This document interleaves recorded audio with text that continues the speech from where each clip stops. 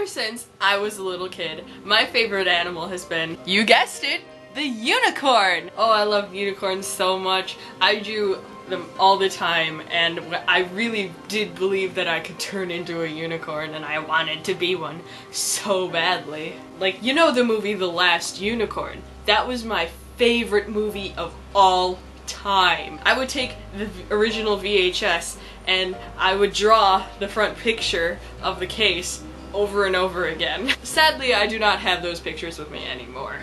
But I still like drawing unicorns. Being the unicorn lover I am, I have done some research into the truth about unicorns. Back in elementary school, my library held a book called The Truth About Unicorns, and I read that, and I have been blown out of my mind ever since then. It showed me what the truth is, and that's what I'm going to talk about with you now. From Wikipedia, it says, a unicorn is a mythological creature. Though the modern popular image of a unicorn is sometimes that of a horse, differing only from the horn on its forehead, the traditional unicorn also has a billy goat beard, a lion's tail, and cloven hooves. These distinguish it from a horse. Mariana Mayer has observed, the unicorn is the only fabulous beast that does not seem to have been conceived out of human fears. In even the earliest references, he is fierce yet good, selfless yet solitary, but always mysteriously beautiful. He could be captured only by unfair means, and his single horn was said to neutralize poison. That's the synopsis of it there.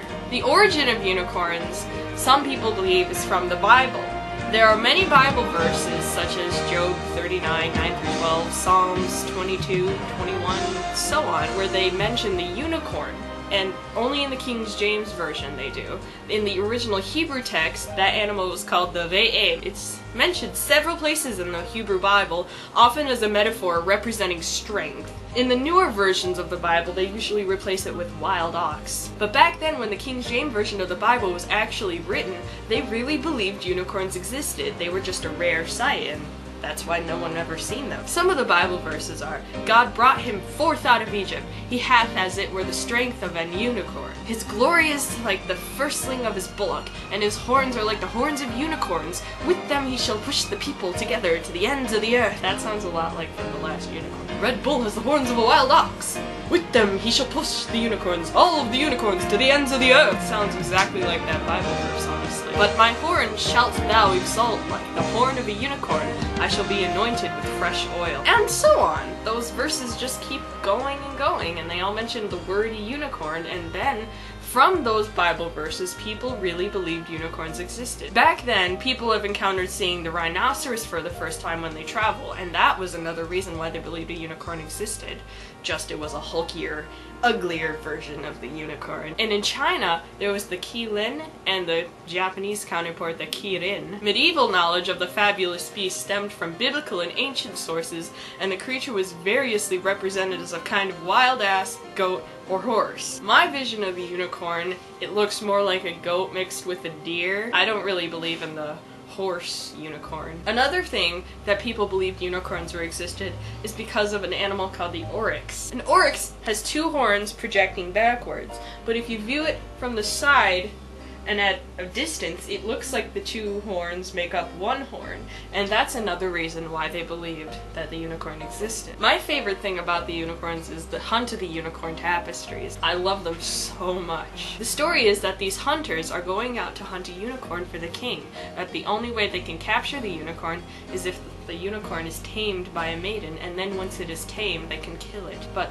there's the mysterious other tapestry, the last one, where the unicorn is resurrected. But some people speculate this is from a different set of tapestries altogether, and it might not have anything to do with the other hunt, the unicorn tapestries. I'm unsure what to believe because there's so limited information about them. Unicorns are also depicted in heraldry such as the arms of Scotland, France, Czech Republic, Switzerland, and other places. Back when there were kings and queens and stuff, they had unicorn horns mounted on their walls. What the unicorn horn really was a narwhal tusk. A narwhal is a kind of whale with a single tooth growing out and it's spiral, and it usually grows in like 3 feet in length. And people found these horns and they believed they were actually unicorn horns, and they would grind it up and use the powder as a medicinal herb or something.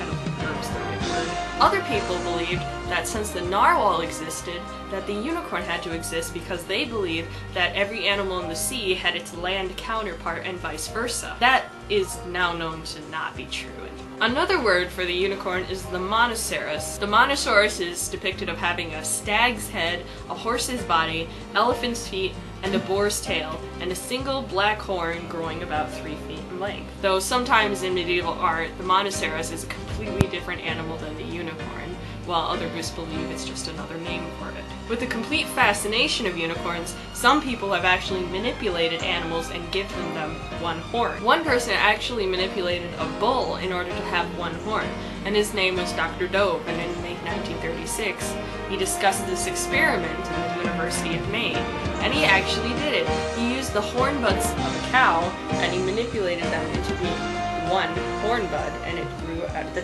one horn. There was also the living unicorn, which you can look up, and it was a Ringling Circus Brothers attraction, which was a goat that had the same kind of manipulation done to it where the 2 horn buds were connected to make a single horn grow out of the goat's head.